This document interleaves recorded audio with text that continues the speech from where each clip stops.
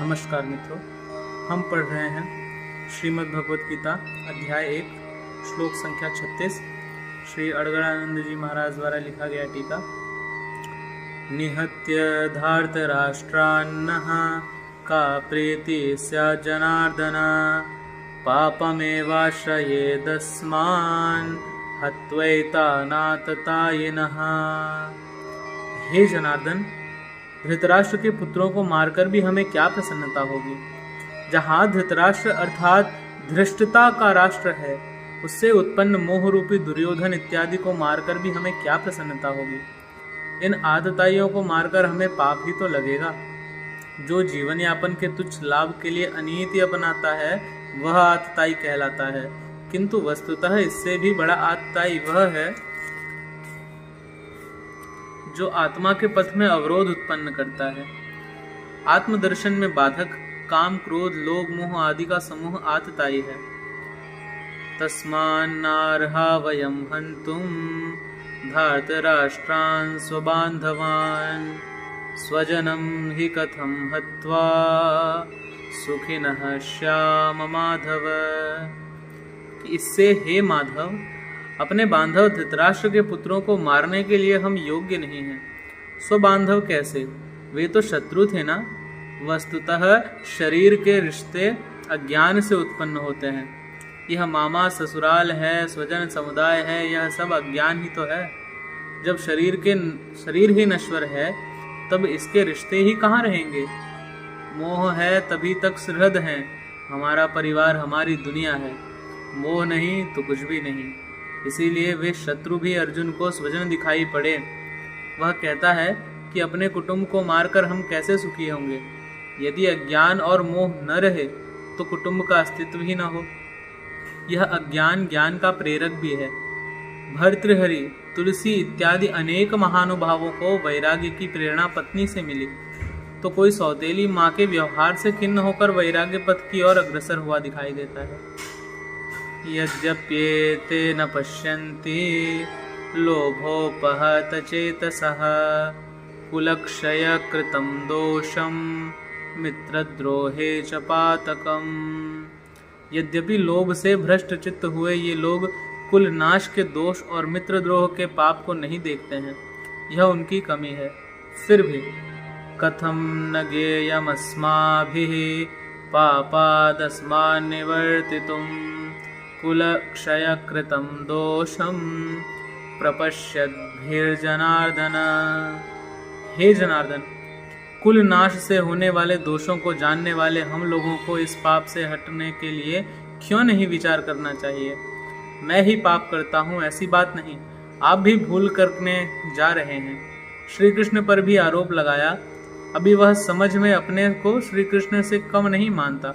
प्रत्येक नया साधक सद्गुरु की शरण में जाने पर इसी प्रकार तर्क करता है और अपने को जानकारी में कम नहीं समझता। यही अर्जुन भी कहता है कि ये भले न समझें, किंतु हम आप तो समझदार हैं। कुल नाश के दोषों पर हमें विचार करना चाहिए। कुल नाश में दोष क्या है?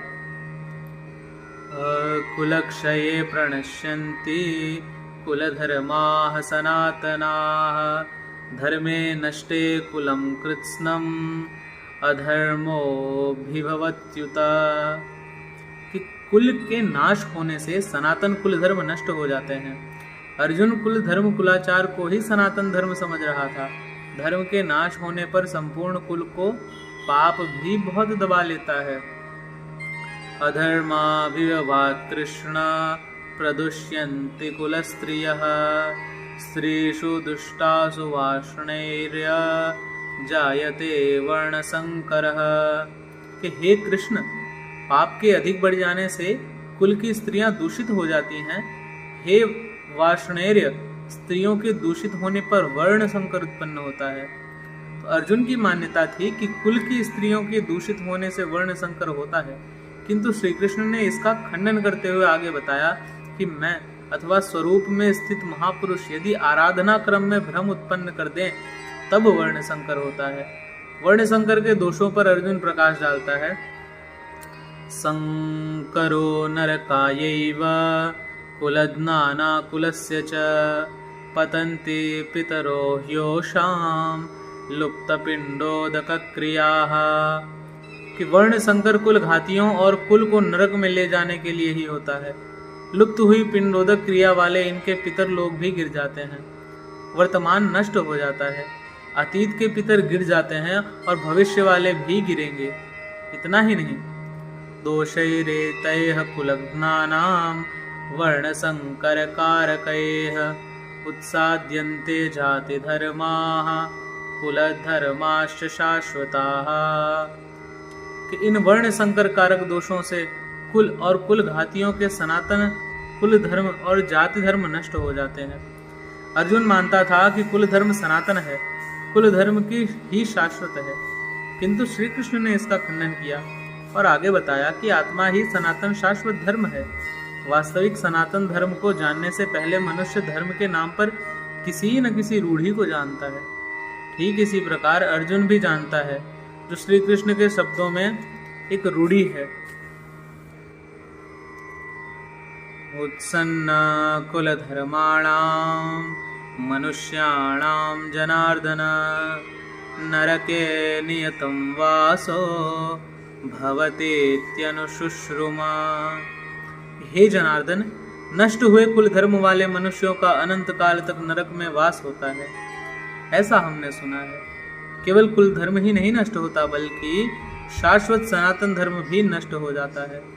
जब धर्म ही नष्ट हो गया, तब ऐसे पुरुष का अनंत काल तक नरक में निवास होता है, ऐसा हमने सुना है, देखा नहीं, सुना है।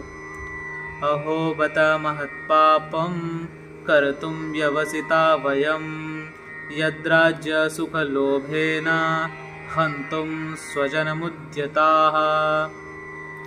अहो, शोक है कि हम लोग बुद्धिमान होकर भी महान पाप करने को तैयार हुए हैं, राज्य और सुख के लोभ से अपने कुल को मारने के लिए उद्यत हुए हैं। अभी अर्जुन अपने को कम ज्ञाता नहीं समझता। आरंभ में प्रत्येक साधक इसी प्रकार बोलता है। आत्मा बुद्ध का कथन है कि मनुष्य जब अधूरी जानकारी रखता है तो अपने को महान ज्ञानी समझता है, और जब आधे से आगे की जानकारी हासिल करने लगता है तो अपने को महान मूर्ख समझता है। ठीक इसी प्रकार अर्जुन भी अपने को ज्ञानी ही समझता है।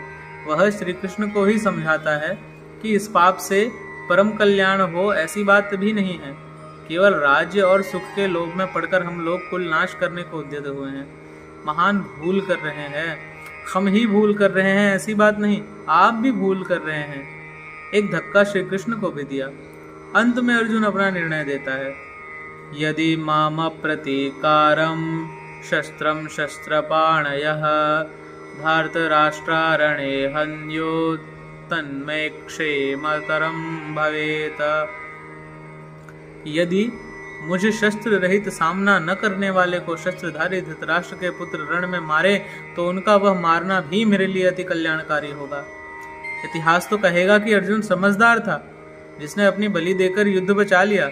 लोग प्राणों की आहुति दे डालते हैं कि भोले भोले भोले भाले मासूम बच्चे सुखी रहें, कुल तो बचा रहे। मनुष्य विदेश चला जाए, वैभवपूर्ण प्रसाद में रहे, किंतु 2 दिन बाद उसे अपनी छोड़ी हुई झोपड़ी याद आने ही लगती है। मोह इतना प्रबल होता है, इसीलिए अर्जुन कहता है कि शस्त्रधारी धृतराष्ट्र के पुत्र मुझे न प्रतिकार करने वाले को रण में मार दें, तब भी वह मेरे लिए अति कल्याणकारी होगा, ताकि लड़के तो सुखी रहें। संजय उवाच एवं उक्त्वार्जुनः संज्ञे रथोपस्थोपाविशत् विसृज्य सशरं चापं शोकसंविघ्नमानसः। संजय बोला कि रणभूमि में शोक से उद्विग्न मन वाला अर्जुन इस प्रकार कहकर बाण सहित धनुष को त्याग कर रथ के पिछले भाग में बैठ गया, अर्थात क्षेत्र क्षेत्रज्ञ के संघर्ष में भाग लेने से पीछे हट गया। इसका निष्कर्ष गीता क्षेत्र क्षेत्रज्ञ के युद्ध का निरूपण है। यह ईश्वरीय विभूतियों से संपन्न भगवत स्वरूप को दिखाने वाला गायन है। यह गायन जो क्षेत्र में होता है वह युद्ध क्षेत्र शरीर है, जिसमें 2 प्रवृत्तियां हैं, धर्म क्षेत्र और कुरुक्षेत्र। उन सेनाओं का स्वरूप और उनके बल का आधार बताया। शंख ध्वनि से उनके पराक्रम की जानकारी मिली। तदनंतर जिस सेना को लड़ना है उसका निरीक्षण हुआ, जिसकी गणना 18 अक्षोहिणी लगभग 6.5 अरब कही जाती है, किंतु वस्तुतः वे अनंत हैं। प्रकृति के दृष्टिकोण दो हैं, एक इष्टोन्मुखी प्रवृत्ति दैवी संपद, दूसरी बहिर्मुखी प्रवृत्ति आसुरी संपद। दोनों प्रकृति ही हैं, एक इष्ट की ओर उन्मुख करती है, पर धर्म परमात्मा की ओर ले जाती है, और दूसरी प्रकृति में विश्वास दिलाती है। पहले दैवी संपद को साध कर आसुरी संपद का अंत किया जाता है, फिर शाश्वत सनातन परब्रह्मा के दिग्दर्शन और उसमें स्थिति के साथ दैवी संपद की आवश्यकता नहीं रह जाती है। युद्ध का परिणाम निकल आता है। अर्जुन को सैन्य निरीक्षण में अपना परिवार ही दिखाई पड़ता है, जिसे मारना है। जहां तक संबंध है उतना ही जगत है। अनुराग के प्रथम चरण में पारिवारिक मोह बाधक बनता है। साधक जब देखता है कि मधुर संबंधों से इतना विच्छेद हो जाएगा जैसे वे थे ही नहीं, तो उसे घबराहट होने लगती है। स्वजन आसक्ति को मारने में उसे अकल्याण दिखाई देने लगता है। वह प्रचलित रूढ़ियों में अपना बचाव ढूंढने लगता है, जैसा अर्जुन ने किया। उसने कहा, कुल धर्म ही सनातन धर्म है। इस युद्ध से सनातन धर्म नष्ट हो जाएगा, कुल की स्त्रियां दूषित हो जाएंगी, वर्ण संकर पैदा होगा, जो कुल और कुल घातियों को अंत काल तक नरक में ले जाने के लिए ही होता है। अर्जुन अपनी समझ से सनातन धर्म की रक्षा के लिए विकल है।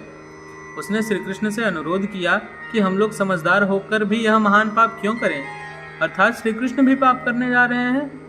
अंततोगत्वा पाप से बचने के लिए मैं युद्ध नहीं करूंगा, ऐसा कहता हुआ हताश अर्जुन रथ के पिछले भाग में बैठ गया। क्षेत्र क्षेत्रज्ञ के संबंध से संघर्ष से पीछे हट गया। टीकाकारों ने इस अध्याय को अर्जुन विषाद योग कहा है। अर्जुन अनुराग का प्रतीक है। सनातन धर्म के लिए विकल होने वाला अनुरागी का विषाद योग का कारण बनता है। यही विषाद मनु को हुआ था। हृदयम बहुत दुख लाग जन्म गयो हरि भगत बिनु के संशय में पढ़कर ही मनुष्य विषाद करता है। उसे संदेह था कि वर्ण संकर पैदा होगा जो नरक में ले जाएगा। सनातन धर्म के नष्ट होने का भी उसे विषाद था। अतः संशय विषाद योग का सामान्य नामकरण इस अध्याय के लिए उपयुक्त है। अतः ओम तत्सदिति श्रीमद्भगवद्गीतासु उपनिषत्सु ब्रह्मा विद्यायां योगशास्त्रे श्रीकृष्णार्जुन संवादे संशय विषाद योगो नाम प्रथमो अध्यायः इति श्रीमत्परमहंस परमानंदस्य शिष्य स्वामी अड़गड़ानंद कृते श्रीमद्भगवद्गीतायाः यथार्थगीता भाष्ये संशय विषाद योगो नाम प्रथमो अध्यायः। हरि ओम तत्सत्।